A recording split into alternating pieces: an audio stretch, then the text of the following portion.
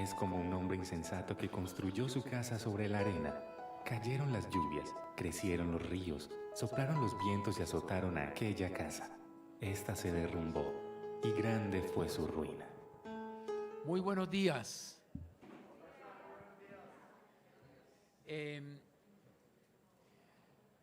Hoy vamos a acercarnos a una oración que estoy seguro todos conocemos. Pero esta oración tiene un contexto. Cuando los apóstoles le preguntan a Jesús, enséñanos a orar, Jesús venía de orar. Y la imagen es como cuando tú pasas, obviamente guardando las proporciones, cuando tú pasas por una panadería y sientes ese olor a pan tan rico, y usted entra, se come un pan y le dice al panadero, enséñame a hacer este pan. Los discípulos, ¿cómo sería? Me está imaginando esa escena. ¿Cómo sería el rostro de Jesús después de orar? Porque dice en Lucas capítulo 11, versículo 1, y aconteció que estaba Jesús orando en un lugar y cuando terminó, uno de sus discípulos le dijo, Señor, enséñanos a orar como también Juan enseñó a sus discípulos. Y todos conocemos esa oración, estoy seguro. Estemos un momento en silencio. Y si la sabe de memoria, hágala conmigo. Pero quiero pedirte un favor. Tratemos de identificar qué te genera en tu corazón esta oración que vamos a hacer. Ahí en silencio. Traigamos también hoy el Espíritu. Que no solamente esté nuestro cuerpo acá, sino también nuestro espíritu. Estemos en silencio y escucha esta oración que les enseñó Jesús a los discípulos y a nosotros hoy. Y trate de capturar qué pasa en tu corazón. Padre nuestro, que estás en los cielos, santificado sea tu nombre. Venga a nosotros tu reino. Hágase tu voluntad en los cielos como en la tierra. Danos hoy nuestro pan de cada día. Perdona nuestras ofensas así como nosotros perdonamos a los que nos ofenden. Guárdanos de la tentación y líbranos del mal. Amén. ¿Qué te generó esta oración? Dígalo. ¿Cuál? Compasión de Dios por mí. Confianza, qué belleza, confianza. Protección. Intimidad con el Señor. Reverencia y dependencia de Él. Hoy vamos a aprender por lo menos 3 cosas, sin las cuales ni tú ni yo podremos vivir. 3 necesidades profundamente humanas. Imposible vivir sin pan. Imposible. Imposible vivir sin el perdón. No es posible ir por la vida sin perdonar y ser perdonado. Imposible ir por la vida sin que Dios te ayude en la tentación. no he conocido el primer mortal que me diga, yo enfrenté la tentación solito. Sería un reverendo mentiroso si no fue Dios el que metió la mano. Dios tiene que meter la mano en la tentación. A mí me genera seguridad que tengo un Padre eterno que me cuida y también me siento como un niño frente a un papá que acompaña, que espera, que me hace sentir como un niño dependiente de un padre.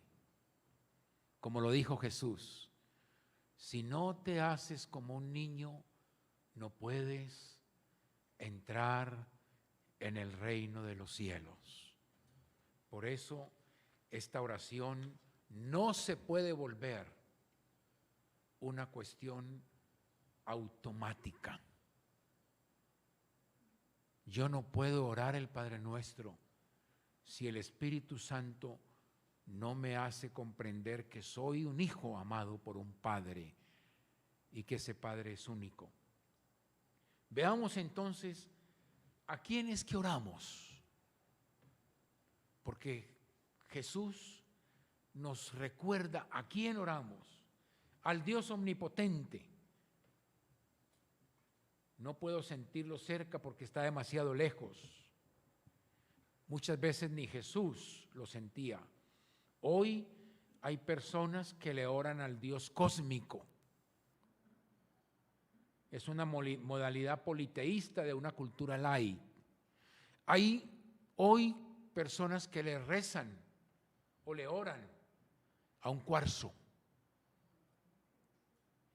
a un árbol, y hasta lo abrazan, a un líder, como los norcoreanos, que su líder es su Dios y lo invocan como un Dios, y hay otros que le oran, le rezan, le piden a un líder como Maradona. ¿Sabían eso? Al Dios Maradona. Y existe la iglesia de Maradona. Hoy también hay mucha gente que le ora al fútbol. Se volvió un ídolo. Tú y cada uno de nosotros debemos orarle al Padre. Padre es una palabra fuerte, pero debemos orarle al que nos ha creado, al que nos ha dado la vida, y también es quien te acompaña en tu camino. Conoce toda tu vida, lo que es bueno y lo que no es bueno para ti. Por este motivo, no podemos orar de labios para afuera, sino con el corazón, y no solo con el corazón, sino también saber en qué sentido le decimos Padre. Tenemos que sabernos. Tú no puedes hacer esta oración si no te sabes un hijo amado por el Padre nuestro. Tú no puedes decir, Padre mío, que estás en los cielos. No, tenemos que decir, Padre nuestro, porque yo no soy hijo único. Ninguno de nosotros lo es. Y si no puede ser hermano, difícilmente podremos ser hijos de este Padre, porque Él es el Padre de todos. Y si no estoy en paz con mis hermanos, no puedo decirle a Él, Padre. No se puede orar esta oración con enemigos en el corazón, con hermanos enemigos en el corazón. No puedo decir nuestro, porque mi hermano me ha hecho esto o aquello y debe irse al infierno. No tiene nada que ver conmigo. Perdió los folios. Pero Jesús nos prometió el Espíritu Santo. Él es quien nos enseña desde adentro, desde el corazón, cómo decir Padre nuestro y cómo decir nuestro. Pidamos al Espíritu Santo que nos enseñe a decir Padre y poder decir nuestro, haciendo las paces con todos nuestros hermanos, con todos nuestros familiares, con todos esos que tenemos en esa agenda oculta que odiamos o que no hemos podido perdonar. Orar y sentir el Padre Nuestro significa entender que no soy hijo único. El sentirnos hijos únicos es el peligro que corremos los cristianos, porque incluso los despreciables son hijos del mismo Padre. ¿Qué tenaz eso? ¿Será fácil orarle a un Dios Padre que tiene un solo hijo? Si ese hijo soy yo. En cambio, saber que el Padre es nuestro puede hacernos sentir un poco menos solos y más acompañados en el camino de la vida. Con esta oración, Jesús nos está enseñando a llamar a Dios, Dios Padre. Padre es una palabra universal, conocida por todos. Indica una relación fundamental cuya existencia es tan antigua como la historia del hombre. Nuestro mundo ha perdido un poco el sentido de la paternidad. Es un mundo enfermo, tú y yo vivimos un mundo enfermo de orfandad. Hoy se ha llegado a afirmar que nuestra sociedad es una sociedad sin padres. Inicialmente, por allá en los años 60, hubo una revolución frente a ese padre tirano y déspota, y fue efectivamente una liberación del padre. Pero el problema de nuestros días no parece ser la presencia invasiva del padre, sino más bien su ausencia, su desaparición. Y los últimos estudios que conozco sobre los padres nos refieren que se ha estudiado más a los padres por la ausencia que por su presencia. Por esto, como iglesia, debemos poner más atención a la ausencia de la figura paterna en la vida de nuestros pequeños. Ojalá en la escuela dominical hubieran hombres que enseñaran. Y de los jóvenes, porque esta ausencia produce una herida profunda que puede ser muy grave. Muchos de los trastornos que viven nuestros jóvenes hoy se debe a la carencia de ejemplos y de figura que los guíen en la vida. Hoy se ha acuñado el término huérfanos con padre. Muchos muchachos están creciendo con padres pero ausentes. Veamos entonces qué nos dice esta oración sobre quién es Dios. En primera medida,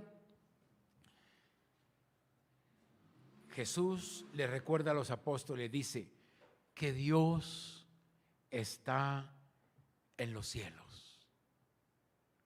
Cuando dice, Padre nuestro que estás en los cielos.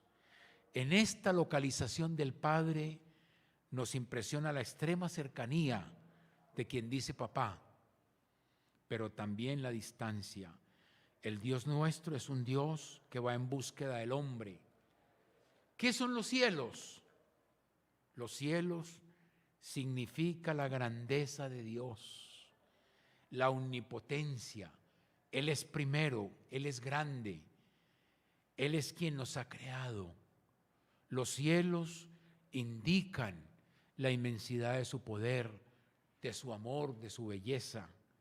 Pero pensemos en el Dios de Abraham, que se acerca y le dice, yo soy el Dios todopoderoso, anda delante de mí y sé perfecto.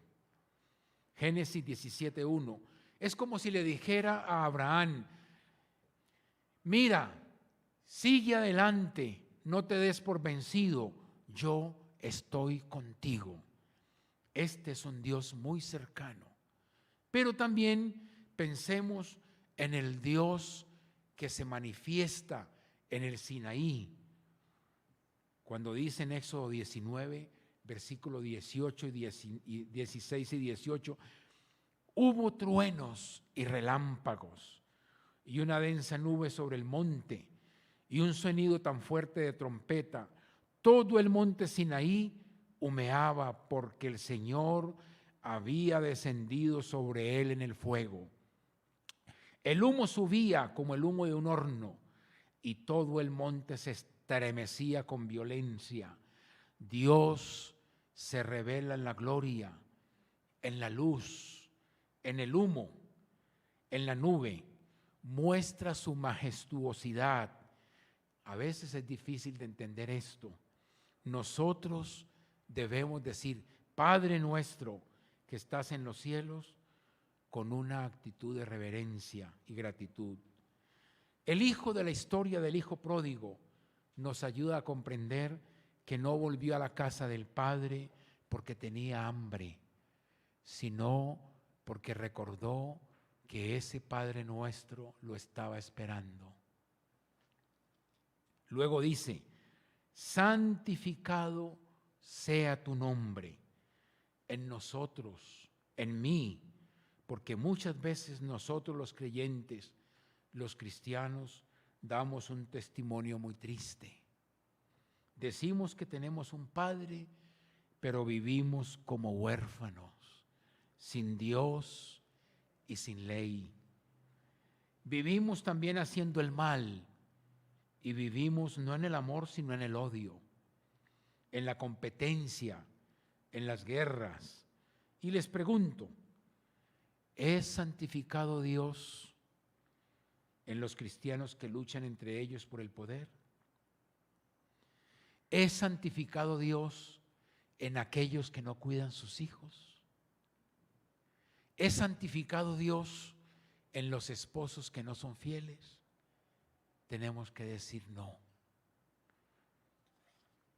Ahora, el nombre de Dios es misericordia, es verdad, perdona todo, porque si Dios no perdona todo, el mundo no existiría.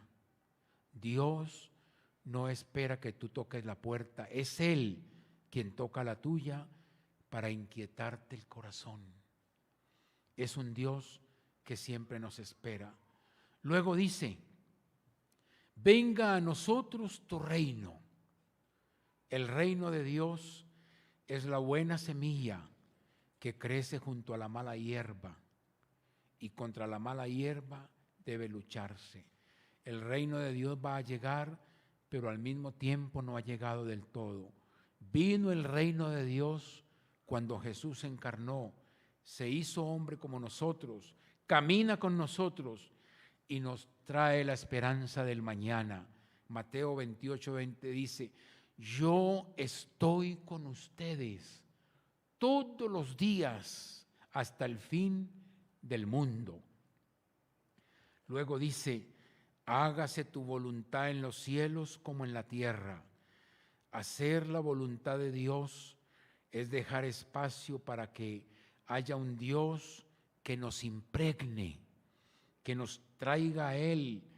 Esa es una de las cosas, una cosa sencilla pero a la vez muy compleja. Estar seguros que tú y yo estamos haciendo la voluntad de Dios, porque el lugar más seguro sobre la tierra es estar haciendo la voluntad de Dios. La voluntad de Dios es que nada se pierda, ni tú ni yo.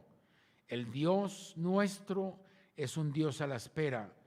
Por eso cuando se da cuenta que alguien está perdido, deja al que está seguro y va detrás del extraviado. Después de estas invocaciones a Dios, veamos las 3 peticiones que quiero que tú guardes en tu corazón y que las hagas praxis todos los días de tu vida, porque esta oración es cotidiana. Todos los días necesitamos pan, Todos los días necesitamos perdonar y ser perdonados. Y todos los días bregamos con la tentación. Las 3P: pan, perdón, protección. Repítanlos. Excelente. Ya me quedo contento. Ya nos llevamos un equipaje. Todos los días, Señor, pan, perdón, protección. Danos hoy, veamos la primera. Danos hoy nuestro pan de cada día. Con las invocaciones anteriores. Noten el plural. Danos significa a mí y a todos. Y pensar cuántas personas no tienen ese pan. El pan que Jesús hace pedir es el justo y necesario. El pan peregrino, el suficiente, un pan que no se acumula y no se desperdicia. Es un pan que es símbolo de la unidad de la humanidad. Es el símbolo del amor de Dios por ti y por mí, el Dios que te da de comer. No pienses que tú comes porque trabajas con el sudor de tu frente. Estás equivocado. El pan viene por la gracia, no es por tu trabajo. A veces tenemos esa sensación, pero también este pan tiene que ser compartido. Se hace posible cuando compartimos el pan con otros. Jesús le recordó eso a sus discípulos y a nosotros como iglesia, porque siempre hay alguien que tiene hambre y sed y necesita de mí. No puedo delegarlo a nadie más. Este pobre necesita de mí, de mi ayuda, de mi palabra, de mi esfuerzo. Todos estamos involucrados en esto. Veamos lo que nos dice Jesús en Marcos 6:37. Marcos 6:37. Denles ustedes de a comer. Entonces les dice que le den los pocos panes y peces que tenía consigo. Los bendice, los parte y hace que se lo distribuyan a todos. Es una lección muy importante para nosotros.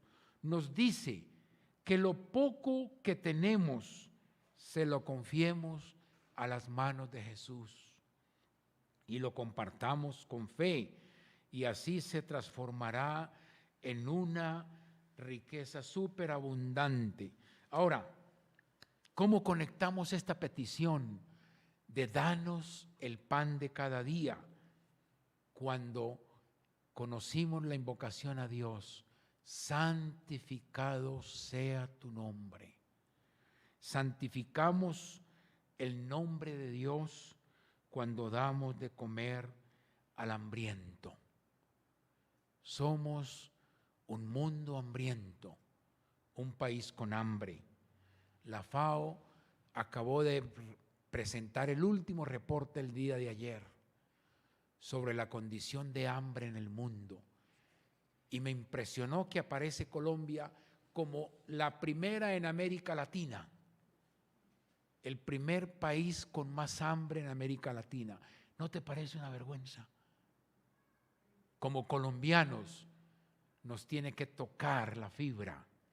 Las cifras: 2.300 millones de hombres en el mundo y mujeres tienen hambre.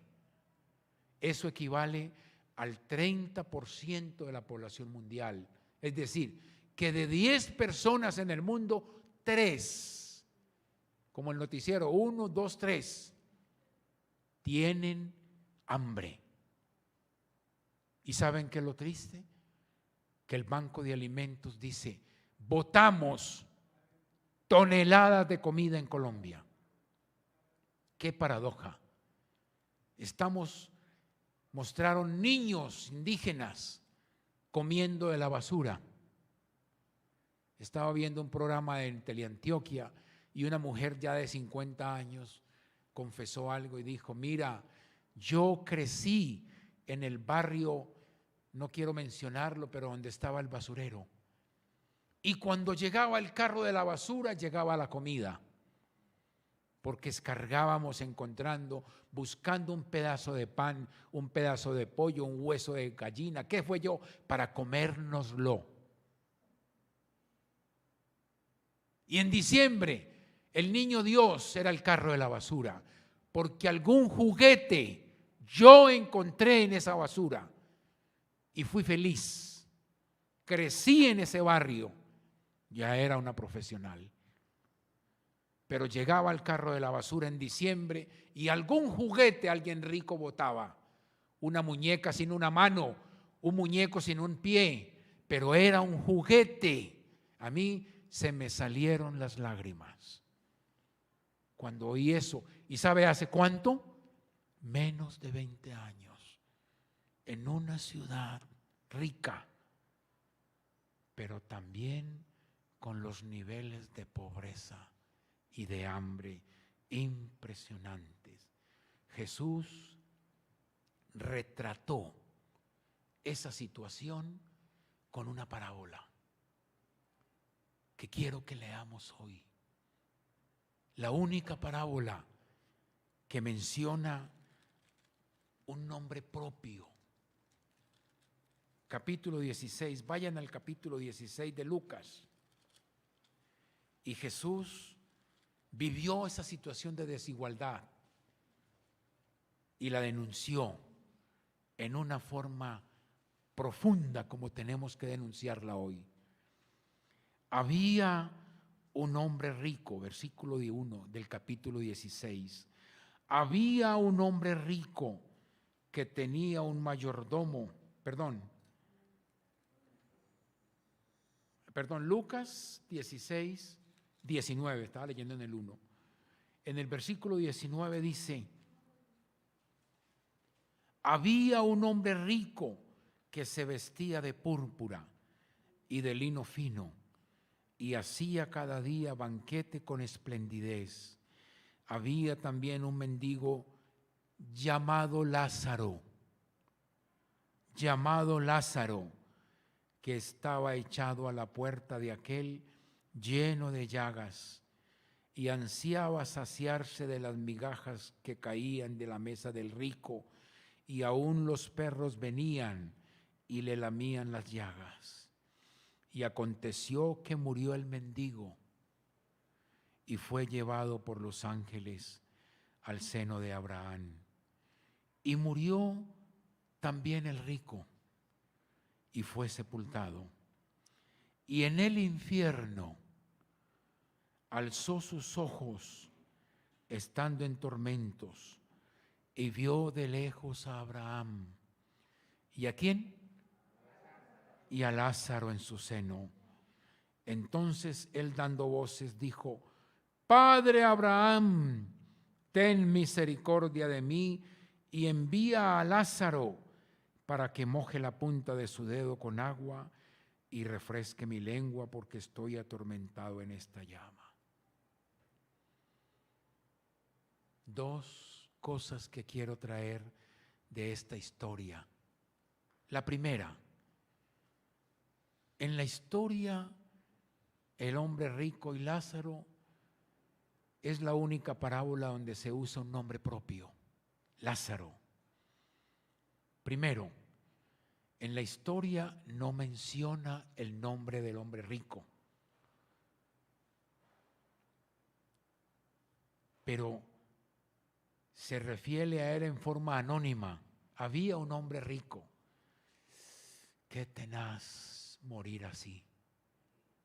Que Dios nos guarde de morir ricos, porque vamos a morir anónimos y ya sabemos para dónde iríamos. Pero se refiere al mendigo por su nombre. Había un mendigo llamado Lázaro. Y lo segundo es que en el infierno el hombre rico sí ve a Lázaro, pero en la vida terrenal no lo veía. Y estaba todos los días en la puerta de su casa, pero se le volvió invisible. Qué terrible cuando el hambriento se nos vuelve invisible. Pídale a Dios que te guarde. ¿Quién está a la puerta de tu casa, en tu barrio, en tu unidad con hambre? Pero ya se te volvió invisible. En la puerta de mi casa hay un hombre pobre que ya anda con una manguera conectada porque le hicieron una cirugía. Y veo en él el rostro del hambriento. Y precisamente en estos días le pregunté a mi esposa: mi amor, ¿no he vuelto a ver a ese hombre? Tal vez ya se murió. Pero ¿quién está a la puerta de tu casa con hambre? No tienes excusa. Tú y yo conocemos a alguien con hambre, alguien que nos necesita. No tenemos excusa. Pasemos a la segunda. Y perdona nuestras ofensas, como también nosotros perdonamos a los que nos ofenden. El perdón es, antes que nada, lo que nosotros mismos recibimos de Dios. Tan solo el reconocimiento de ser pecadores perdonados por la infinita misericordia de Dios puede hacernos capaces de tener gestos concretos de reconciliación fraterna. Si una persona, si tú y yo no nos sentimos pecadores perdonados, nunca podremos tener gestos de perdón por nadie. Se comienza desde el corazón, en donde uno se siente un pecador perdonado. El perdón es tan difícil, muy difícil el perdón, pero hay una condición esencial sin la cual nadie podrá perdonar nunca. Podrías perdonar si has tenido la gracia de sentirte perdonado. Yo recuerdo todos los días y le doy gracias a Dios por eso. Señor, soy un pecador perdonado. Por eso hoy vemos en el mundo muchas personas que no tienen esta gracia y son desgraciados, que no pueden perdonar. El día que tú no puedas perdonar a alguien, te vuelves un desgraciado. El día que tú no puedas perdonar a alguien, te vuelves un desgraciado, porque tu corazón está envenenado por la soberbia o por el orgullo. Qué tristeza oír gente: yo no necesito perdonar a nadie. El que perdona es Dios. Ese ya tiene un pie donde ya sabemos.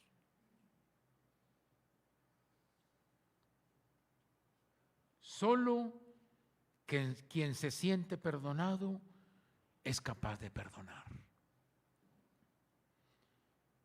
Pensemos en los doctores de la ley, aquellos que le hacían la guerra a Jesús, creían ser buenos, no necesitaban el perdón y no entendían por qué Jesús perdonaba a los pecadores, iba a comer con ellos, los sanaba y se mezclaba con los leprosos. Ahora, todos los días bregamos con el perdón. El año pasado, en diciembre, nuestro país fue estremecido por una noticia. Un hombre mató a su madre y a su hermano. ¿La recuerdan? Y yo estoy seguro que el 99.9% del país, crucifícale, lo mandamos al infierno. Matricida, fratricida, Caín, que se pudra en la cárcel. Cadena perpetua, pena de muerte hasta pidieron por él. No tiene perdón de Dios. Nos rasgamos las vestiduras. Si Joyner fuera tu hermano y tú fueras cristiano, tendrías que perdonarlo. Y si no lo haces, tu cristianismo sería falso. Pero este hombre pidió perdón. ¿Lo vieron? ¿Tú lo perdonaste?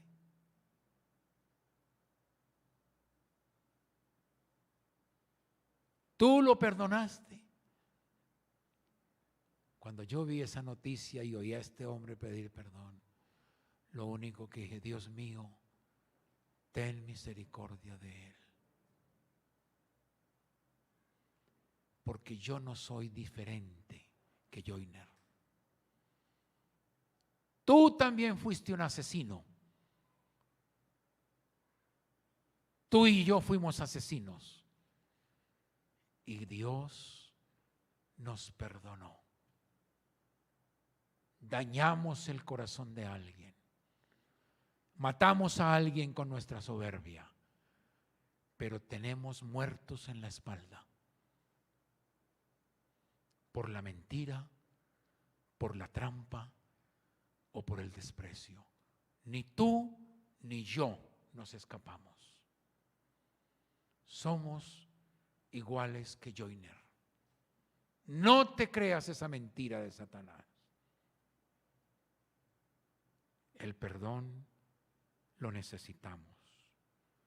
¿Cuál invocación podemos conectar con esta petición? Venga a nosotros tu reino. El reino de Dios viene a nosotros cuando somos capaces de reconciliarnos con nuestros hermanos, cuando la iglesia se vuelve una comunidad de reconciliados para reconciliar a otros con el Padre. Ahí viene el reino de los cielos. Podemos experimentar un pedacito del cielo en la tierra. Y terminemos con la tercera petición.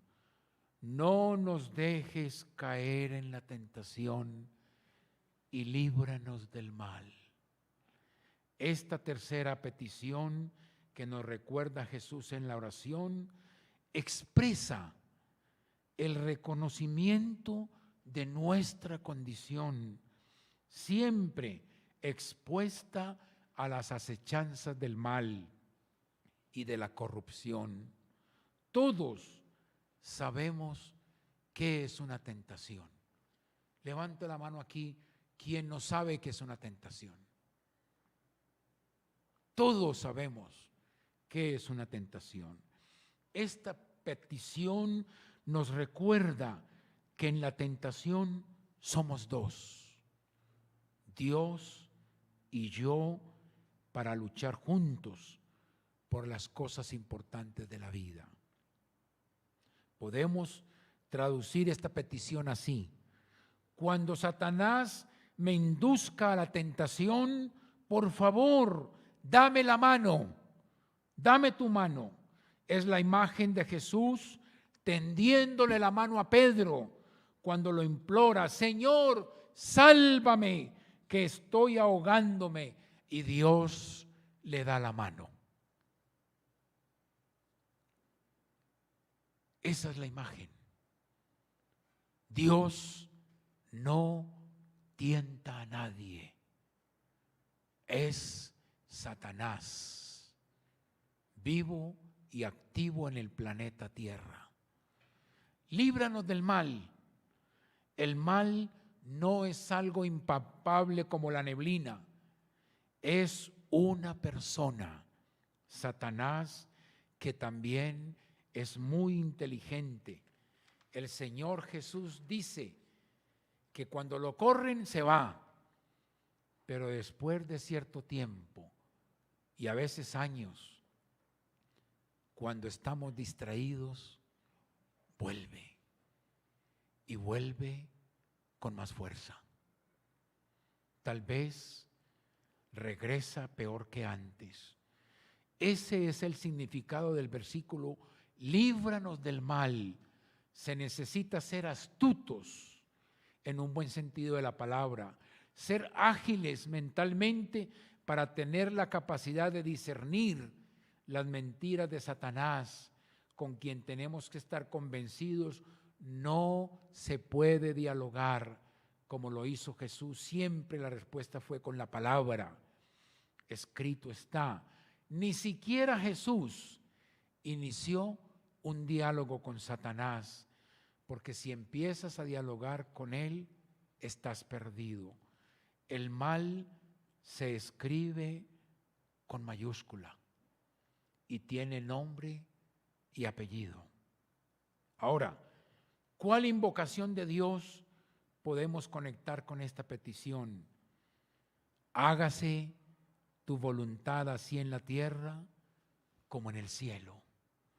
Hacemos la voluntad de Dios en la tierra cuando somos capaces de someternos a su palabra y obedecerla, y mucho más cuando somos tentados a hacer nuestra voluntad y no la de nuestro Padre Celestial. ¿Qué batallas libramos cuando Satanás nos dice al oído: usted puede, usted es muy bueno, usted es capaz, usted se lo merece? Y mucho más cuando somos tentados así. Pero Jesús nos dice que pidamos al Padre el Espíritu Santo, que es el único que nos va a soplar. Es llamado el soplón de la historia.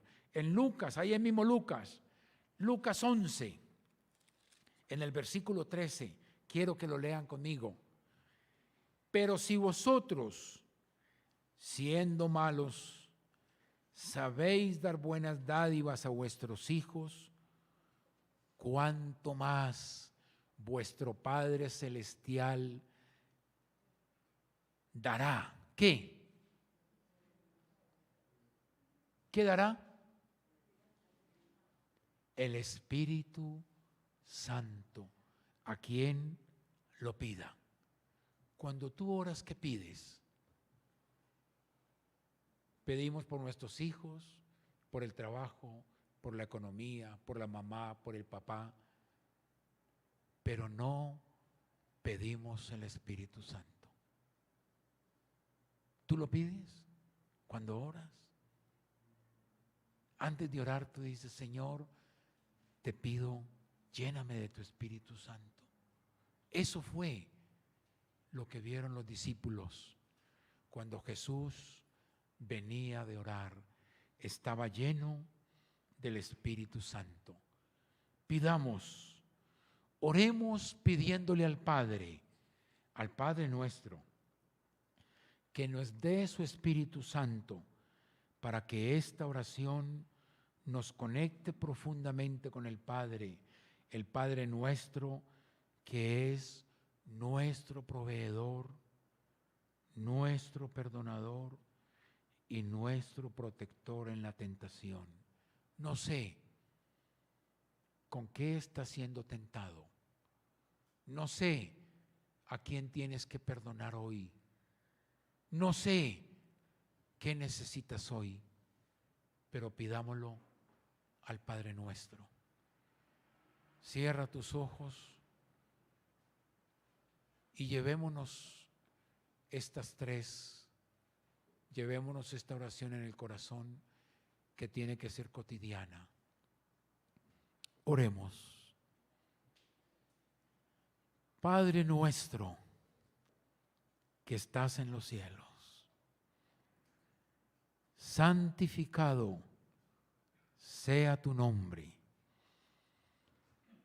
Hágase tu voluntad